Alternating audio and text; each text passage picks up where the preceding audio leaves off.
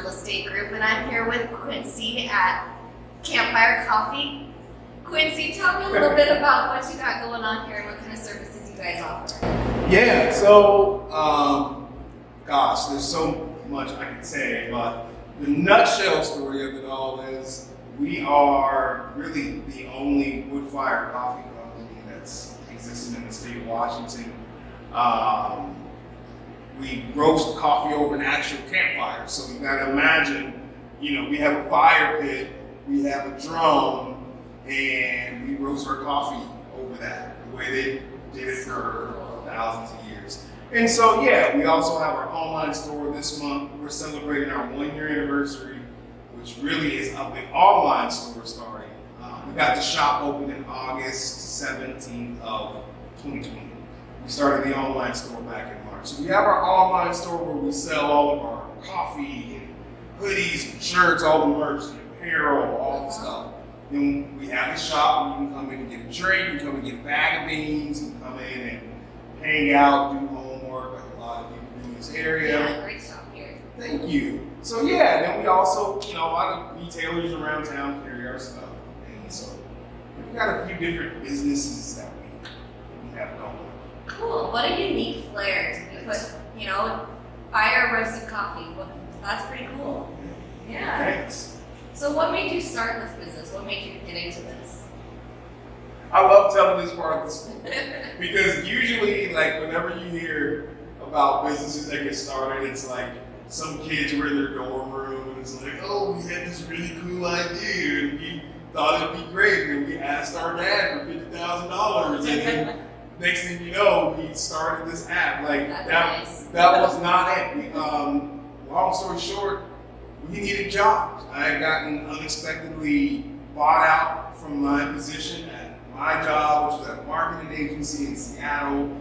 And then about, I think it was 3 months later, Whitney got pretty badly injured at hers. She is, your wife? Yeah, it's my wife, yep, and she is a disabled veteran, as it is. And so, through all the treatment of that, the doctors ultimately came to the conclusion that that was not a safe industry for her to be in. And yeah, we were just trying to figure out what in the world were we gonna do. Neither one of us had coffee experience. But I don't know if you did this, but very early on in our relationship, we talk, what are you gonna do with your dream? Yeah. And it's like, I'd love to have a coffee stand one day. And then one day, so that injury to Whitney happened in October. That November, we went to see my in-laws in Utah. And we drive every year, we take the kids down so they can see the grandparents. And on that 13-hour drive, we just were like, yeah, we need jobs. We should think about this coffee thing for real. And so my background was in marketing and music, doing all this creative stuff. She's a military girl. So yeah, we started on that path and it seemed like a safe bet, and here we go. So once you jumped in, you just went all in and... Oh yeah, we went all in. Because at the time, we had all of the things. We had the mortgage, we had the 2 cars and the 3 kids. And gotta get paid somehow. We needed income rolling in somehow. So yeah, we went all in pretty quick. Yeah? Well, so once you got going, what made you choose this location? It seems like a great location here, right next to YMCA, next to UW-Tacoma. Yeah, How did we end up here?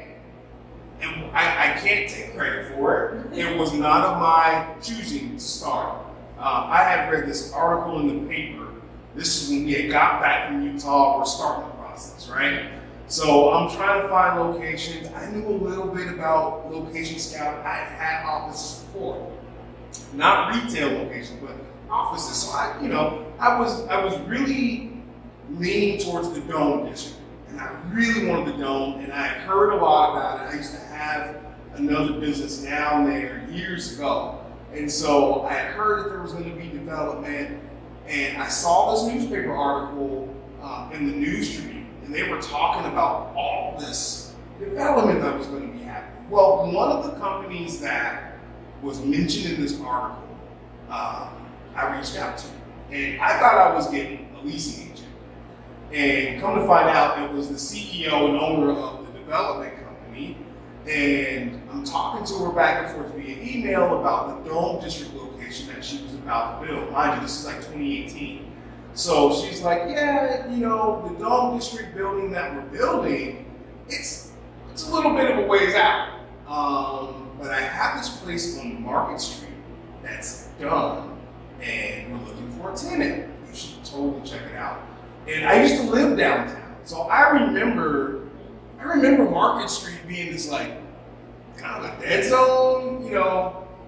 And I'm trying to think like 17th and Market, there's nothing there. I'll entertain her though, and hopefully I can get her to take me to the Dome. And we got here, and yeah, I was like, wow, this is a cool spot. We're ground floor retail of Coze's 8-story building. We got UWT here, we got Marriott Hotel and the convention center. So yeah, I mean, it just made sense to be here. You know, they gave us great, super supportive, and here we go. That's great. Yeah. You know, things happen in weird ways, and sometimes it works out in your favor. So absolutely, that's good for you. Well, since you started your business, what's been the biggest surprise for you? Well, start a business in the pandemic. They said. That was the biggest surprise. Was a pandemic happening, yeah, right? I bet. No one anticipated that happening. You know, I think, gosh, there's a couple things I could go towards. That you didn't expect. One thing that I really didn't expect was just the amount of support that this community gave us. Yeah, I mean, I've always, you know, been a big fan of the city of Tacoma. Tacoma's always supported me. You know, when I moved down here to downtown, I say down here. When I moved downtown from Northeast Tacoma, right? When I moved downtown back in like 05, 06, it was really a flip of the coin if I was going to move here to Seattle. And I really wanted the place where I could kind of like spread my wings artistically and entrepreneurially. And when I started putting feelers around Tacoma about like, hey, like, can I get involved in events? Can I put on events? Like the city was super responsible. When I say the city, I mean like the actual city government was like, yeah, whatever you need, here's this person and that person. And then just from, you know, business owners around town, like, hey, if you need a venue for something, or if you need, everyone was super supportive. So I was expecting some level of support like that. But the way everyone showed up in Tacoma, I mean, the success that we have been able to get in this short time, it's really because of Tacoma and the people. I mean, the people of Tacoma, the city of Tacoma, they just rallied in such a way that, I mean, you can't buy that. Yeah. It just doesn't happen. You know, it's definitely rare. And so that was, I mean, while, like I said, I wasn't surprised that Tacoma would be supportive, the amount overflowing, incredible. Incredible. That's awesome. Well, and that's part of why I'm here, and I'm trying to support the community. I want to support your business. So I'm glad that you got a chance to meet with me and me to meet with you. Thank you. And you guys are truly a testament of ambition and hard work through opening in the midst of a pandemic. Gosh. Yeah. You sure had ambition there. And to come out successful, congratulations. Thank you. That and what you said there is, it's important, you know, because it could have gone the other way very easily. You know, start a business in the pandemic. There's so many businesses in this town that had to close. Yes. And So I'm sure you had to close your storefront for a while. Oh yeah, when the shutdowns hit, you know, we thought that we were going to get open just before the pandemic, and then we just had a lot of headaches in here building out the space. Mm-hmm. So I'm sure you were just getting this space built up right when they shut everything down. We thought we would have been open end of March.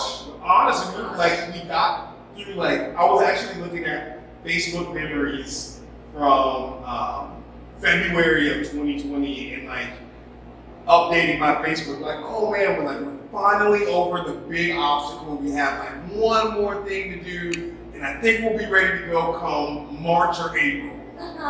And like, yeah, we knew that there was this like pandemic. It wasn't quite a pandemic yet. No, not yet. At that point, it wasn't. It wasn't. It wasn't in the big picture that it was turned out to be. Correct. So it was one of those things where, like, you know, we were already in the middle of the process. Like, So you're still moving forward. we had to move forward, and it could have still just went the other way, and it didn't. And we're super fortunate for that. You know that. And you still have online sales that kind of help carry you through.